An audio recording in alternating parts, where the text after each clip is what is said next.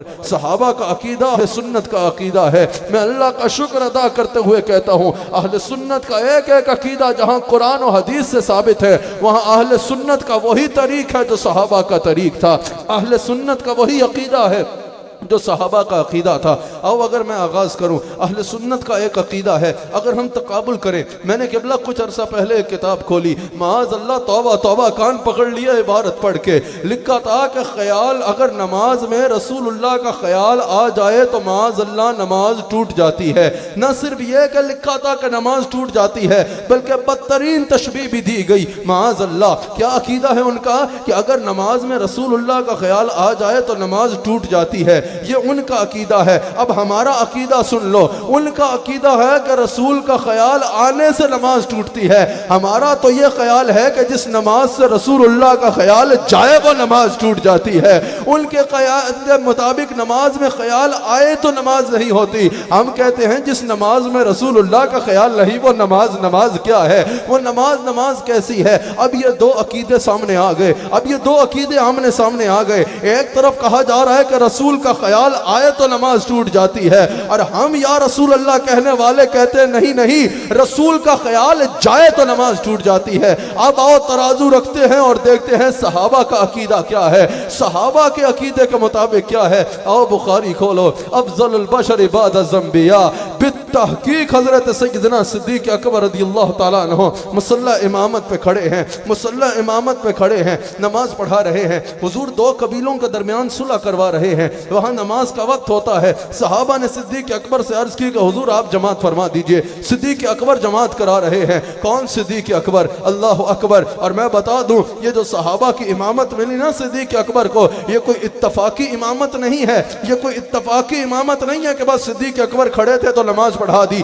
یہ بھی ہمیں ابو داؤد کی حدیث میں نظر آتا ہے کہ حضور ہمیشہ فرماتے ابو بکر نماز پڑھائے، ایک مرتبہ حضور نے فرمایا بس نماز پڑھا دی جائے۔ حضرت صحابہ نے دیکھا صدیق اکبر موجود نہیں ہے، حضرت سیدنا فاروق اعظم، یہ کسی چھوٹے انسان کا نام ہے، اگر افضلیت کی ترتیب دیکھی جائے تو سب سے بڑے صدیق اکبر ہیں، اس کے بعد فاروق اعظم کا نمبر آتا ہے۔ یہ وہ فاروق اعظم ہیں جن کے بارے میں حضور نے فرمایا میرے بعد نبی ہوتا تو عمر ہوتا۔ یہ وہ فاروق اعظم ہیں جن کے بارے میں حضور نے فرمایا کہ عمر جس رستے سے گزر جائے شیطان وہ رستہ چھوڑ کے بھاگ جاتا ہے۔ اور آج تک یہ بات واضح ہے، جس مجلس میں عمر کا نام لوگے شیطان اٹھ کے بھاگ جائے گا۔ یہ وہ فاروق اعظم ہیں۔ ان فاروق اعظم کو صحابہ نے کہا حضور آپ امامت کرا دے۔ فاروق اعظم نے فرمایا صفیں درست کرو۔ حضور کے کانوں میں آواز پہنچی، حضور اپنے محل مبارک کا پردہ ہٹاتے ہیں، فرماتے ہیں لا لا لا، نہیں نہیں نہیں، میرے ہوتے میرے مصلی پہ ابو بکر کے سوا کوئی کھڑا نہیں ہوگا۔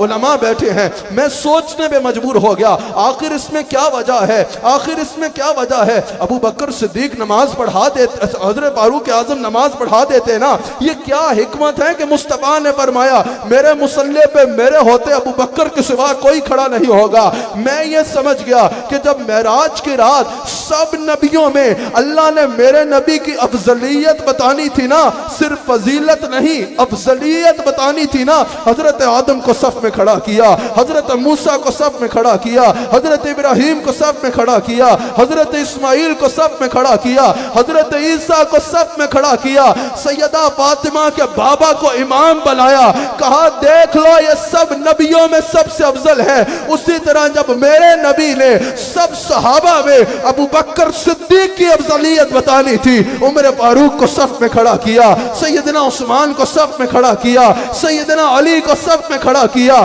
عشرہ مبشرہ کو صف میں کھڑا کیا، صحابہ و اہل بیت کو صف میں کھڑا کیا، ابو بکر کو امام بنایا، کہا دیکھ لو جیسے میں سب نبیوں میں سب سے افضل ہوں، ابو بکر صحابہ میں سب سے افضل ہے، ابو بکر صحابہ میں سب سے افضل ہے۔ یہ وہ صدیق اکبر ہے جو نگہت گلزار مصطفیٰ ہے، جو رونق بازار مصطفیٰ ہے، جو زینت دربار مصطفیٰ ہے، جو حاصل افکار مصطفیٰ ہے، جو کشتہ دیدار مصطفیٰ ہے، جو افضل البشر بعد انبیاء ہے۔ اور الحمدللہ یہ میں نے عقیدہ آج کسی سے نہیں سیکھا اور آج کوئی نہ سکھائے، میں نقشبندی ہوں، مجددی ہوں، حضرت خواجہ عبد الکریم کا بیٹا ہوں، حضرت مجدد الفسانی کا مرید ہوں. ہمارا یہ عقیدہ ہے.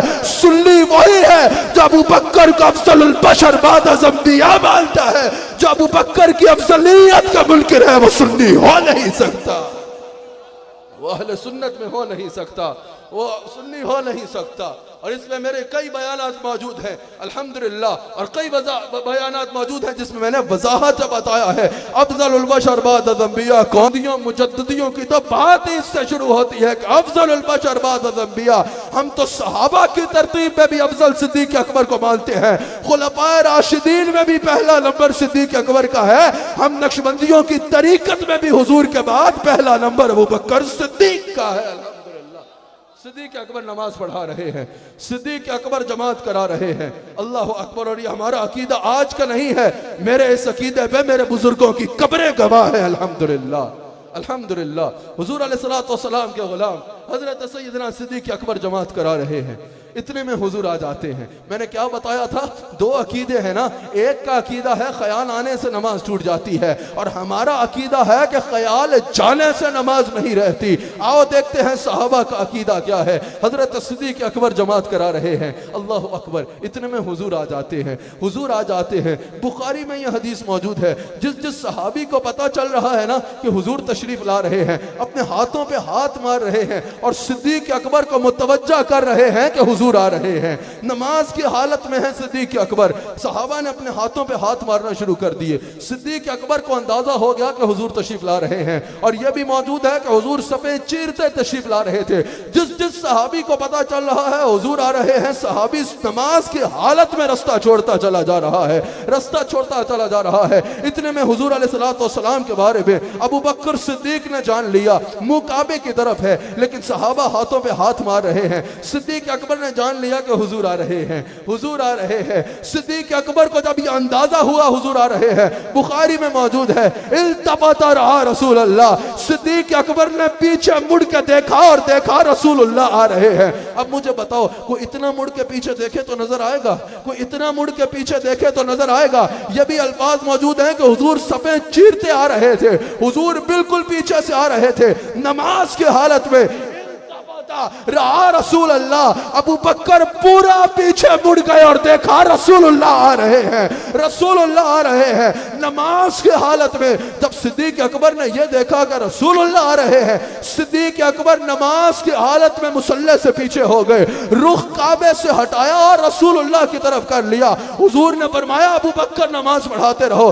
صدیق اکبر کہتے ہیں میں نے اس پہ اللہ کا شکر کیا، لیکن اس کے باوجود مصلی چھوڑ دیا اور حضور نے نماز مکمل کی. وہ کیسی نماز ہوگی جس کا آغاز صحابہ کا امام کر رہا ہے اور اختتام انبیاء کا امام کر رہا ہے، اختتام انبیاء کا امام کر رہا ہے. یہاں کسی نے کہا بھائی نماز میں خیال آئے تو نماز ٹوٹ جاتی ہے. میں نے کہا جہنم میں جاؤ اپنے اس گلدے عقیدے کے ساتھ. خدا کی قسم ابو بکر صدیق کو دیکھو تو یہاں تم کہتے ہو خیال سے نماز ٹوٹ گئی، یہاں سب کچھ الٹ پلٹ ہوا ہے، نماز نہیں ٹوٹی. اس کی وجہ کیا ہے؟ ویسے صدیق اکبر بھی کعبے سے منہ ہٹاتے تو نماز ٹوٹ جاتی. یہاں کیوں نہ ٹوٹی؟ کیونکہ آگے خدا تھا تو پیچھے مصطفیٰ تھا، آگے کعبہ تھا تو پیچھے کعبے کا کعبہ تھا. ابو بکر صدیق نے کتنی نمازیں زندگی میں پڑھی، لیکن بخاری کی زینت وہ بلی جس میں رخ کعبے سے ہٹا اور فاطمہ کے بابا کے چہرے کی طرف چلا گیا. ہمارا یہ عقیدہ ہے، ہمارا یہ عقیدہ ہے. او بھائی وہ نماز ہے ہی نہیں جس میں خیال مصطفیٰ نہیں ہے، جس میں خیال مصطفیٰ نہیں ہے.